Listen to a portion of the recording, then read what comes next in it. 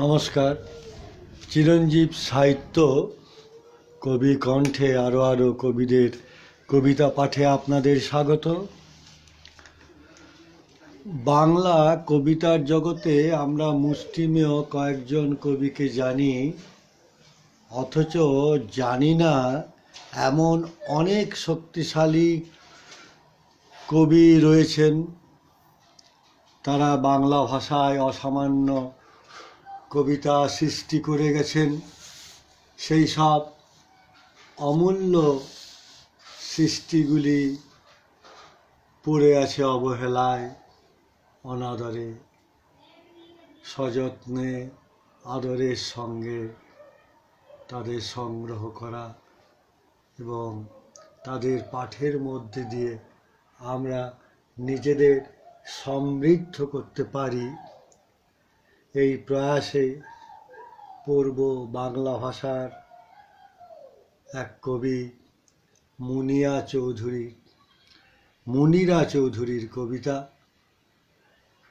৯ দরজার নদী থেকে তার 5টি কবিতা পড়ব। ধন্যবাদ দেব কবি মলয় রায় চৌধুরীকে। তিনি তার কবিতা সঙ্গে আমার পরিচয় ঘটিয়ে দিয়েছেন। এর আগেও কবির কবিতা পড়েছি। আজ প্রাণের টানে তার ৯ দরজার নদী থেকে 5টি কবিতা পাঠে প্রয়াসী হচ্ছি। ১, তোমার সঙ্গে দেখা হয়েছিল ৯ বছর আগে। এই ৯ বছরে ৯ দরজার নদী তৈরি করেছি। তুমি কি একবার সময় করে আসবে? জলের জানালাগুলো লাগিয়ে দিয়ে যাবে। ২, সময় পেরিয়ে যাচ্ছে, ছিপছিপে এক মাতামুহুরী নদী পেরিয়ে যাচ্ছে সময়, হাতের নীল বর্ণ রেখায়। এ কার ছায়া দেখা যায়? ছাদের উপর বৃষ্টির গুঞ্জন থামছে না কিছুতেই। তানপুরার হৃৎপিণ্ডে আঙুল কেটে গেলে বুঝতে পারি না। এ কান্না উচ্চাঙ্গ সঙ্গীতের নাকি মাতামুহুরীর? ঘরের জানালা কিছুতেই বন্ধ হয় না।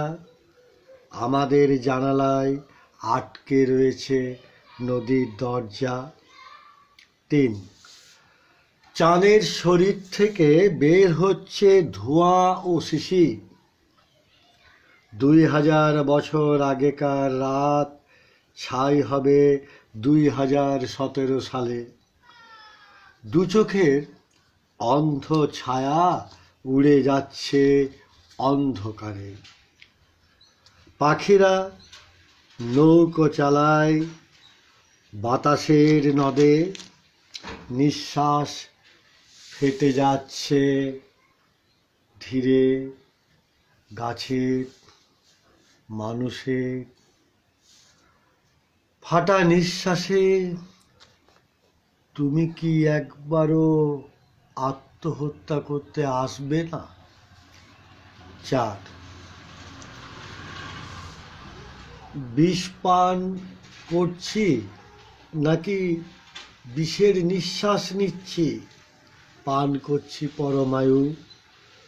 প্রজাপতির ডানা লাগিয়ে দিয়েছি।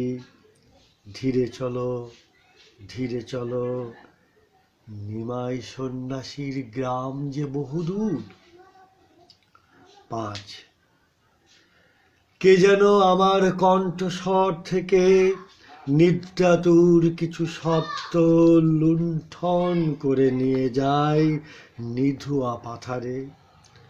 অতঃপর কাঁচের করাত দিয়ে শব্দগুলো কুচি কুচি করে ভাসিয়ে দেয় আড়িয়াল শব্দের বুকে। ভাসে গলাকাটা নদী, ভাসে নারী, ভাসে গলাকাটা নক্ষত্র। শকুনের ডানায় চিৎকার ভাসে জল ও স্থলভূমে। মৃত্যু মৃত্যুর গন্ধ চৌদিকে, দূরে যাই দূরে যাই, পৃথিবীর কোনো এক রান্নাঘরে আলু পটল কাটতে ভুলে যাই। আমি আমাকে কাটতে ভুল করি না, ওই পাখি পরমাত্মা। নমস্কার, ধন্যবাদ, ভালোবাসা।